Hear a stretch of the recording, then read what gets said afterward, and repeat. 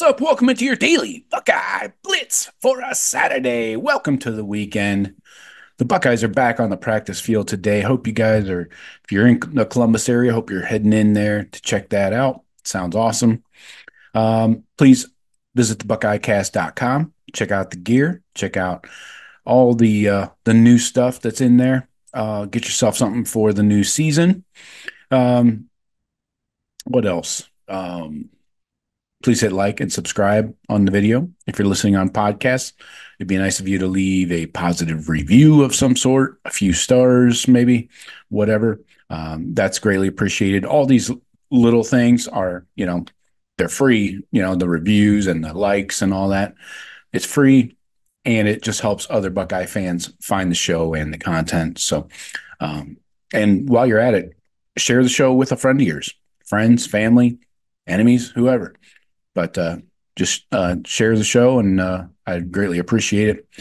So we're doing another hot take today. Hot take number 3. First two I thought were pretty good, pretty hot takey. I had Will Howard throwing for 4,000 yards. That was hot take number 1. Hot take number 2 was Quinshon Judkins and Travion Henderson rushing for 3,000 yards combined. Now, hot take number 3. The big one here. This is on the defense, so we're flipping it over. This is an area that the defense really needs to improve upon, and Jim Knowles even talked about it yesterday on Friday. Ohio State's defense will rack up 150 TFLs and sacks combined. So a total of 150 on the season, sacks and TFLs. All right. How are they going to get there? That's what we're going to walk through. I do want to show you some or tell you some stats and run through some numbers here. So to put it in perspective of like last season, nationally, James Madison was number 1 in TFLs with 114. Penn State was up there with 111. They were second. And you got some teams. Tennessee was 6th. I was surprised to see that. Florida State 7th. So around 100 was top 10. So that's kind of where I'd like to see the Buckeyes be with this 150 combined TFLs and sacks. Now, on the sack side, Penn State led the country with 49, Troy 47, SMU 47, Florida State 46, but they lost a lot of dudes. And James Madison was up there in sacks as well with 45. So stellar defense there by the presidents. James Madison. See a president? Hope so. Anyway, so if you get into that 40 and above range, you're top 10 in the country. And I think that's where the Buckeyes need to be in sacks and TFLs. So I'm lumping them together, 150 combined, okay? Just to make it easier. So Jim Knowles talked about they want to be more multiple, have more attacking calls out of their base defense. They were good in the number of explosive plays last year, but not as good in sacks and TFLs, and he's admitted that. They want to improve on those numbers. Looking back over the last 5 years, going back to 2019, Buckeyes were first in the country in sacks and TFLs both. Of course, Chase Young was a big part of that, and the rest of the D line.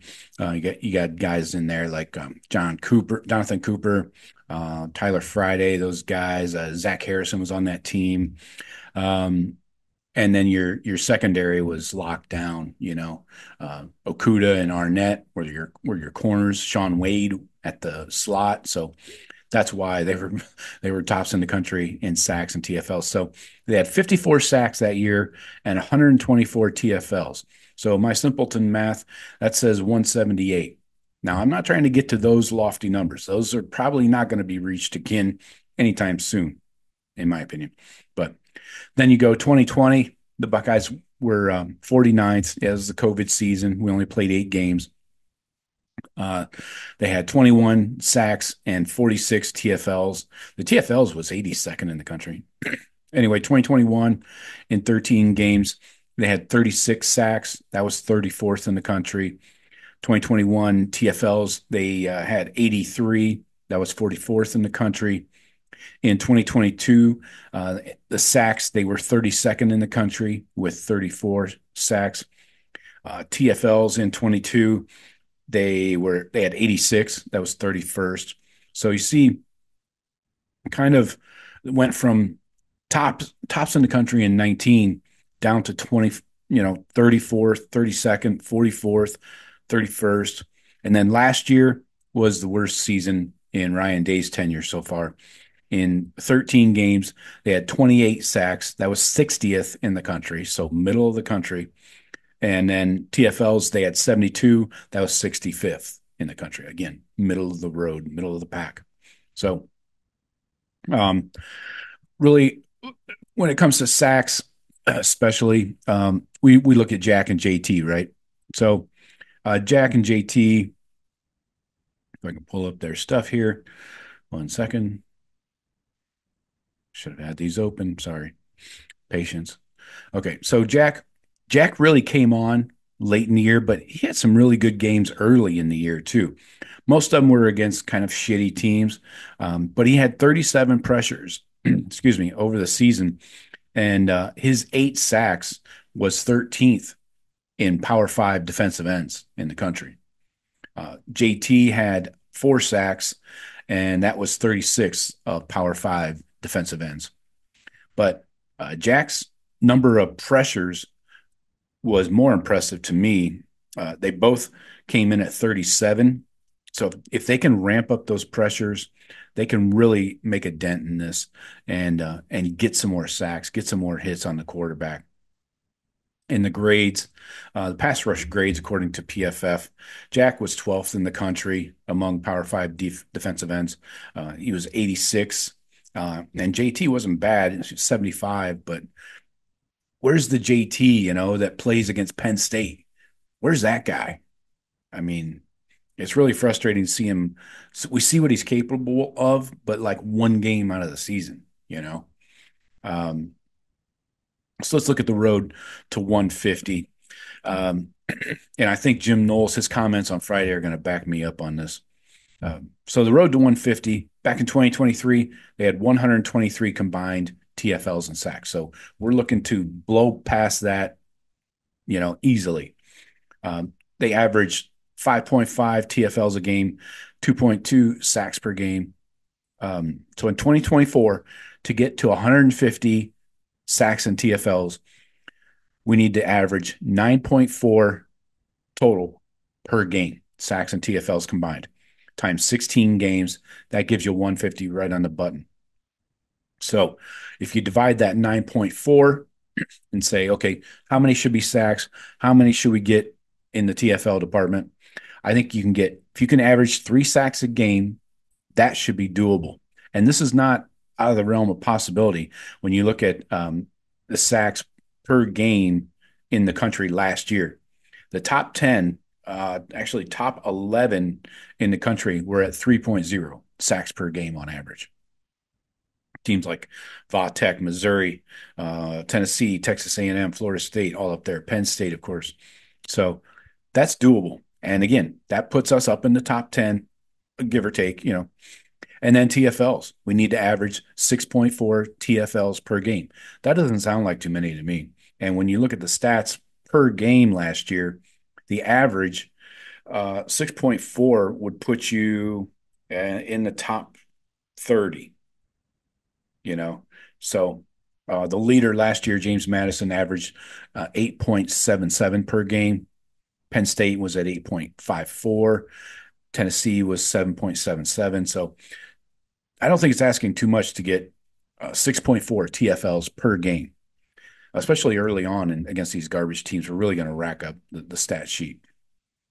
Now, a lot of this depends on Jack and JT. They got to win their one-on-one battles and the linebacker blitz. Jim Knowles talked about that on Friday. He said,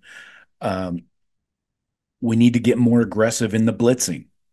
They want to be top 5 in more categories, more defensive categories. So Buckeyes were top 5 in like pass defense, yards allowed, scoring, but there are more defensive categories, and he wants to be top five in all of them.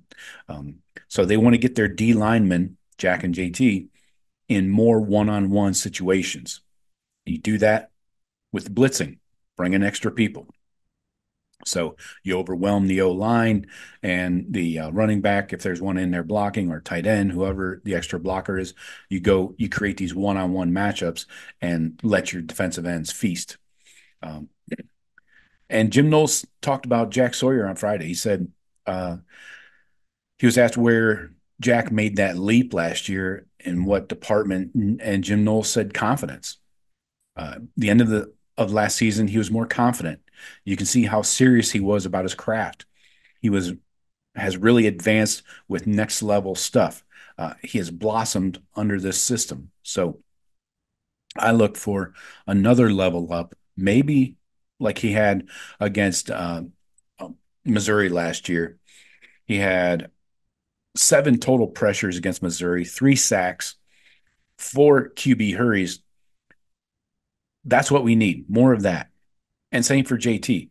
JT, his best game was against Western Kentucky. He had 6 total pressures, 7 against Penn State, but Drew Aller was horrible that day. So with just 4 sacks, he had 2 against Purdue. Again, not a great O line. So we need more from Jack and JT. It sounds like Jack has kind of taken his game up a notch. So we need to see that from the other side. And then, of course, I expect the linebackers to chip in a few TFLs, of course, and sacks. You got the second team defensive ends, Caden Curry and Kenyatta Jackson. Those guys are going to chip in a handful of sacks and TFLs. So, but I'm kind of focused in on the sacks because we've fallen off the table there. To be 60th in the country is not acceptable. Not at all. So, and with a 16 game season, we just need 10. If we can get up to 10 sacks and TFLs combined, we're easily going to hit 150. But that's why they play the games, right? So let me know what you guys think. Hit me in the comments. Let me know. Agree, disagree. You see this happening? Is 9.4 too high? 3 sacks per game, is that too much? Let me know. Talk to you later. Go Bucks.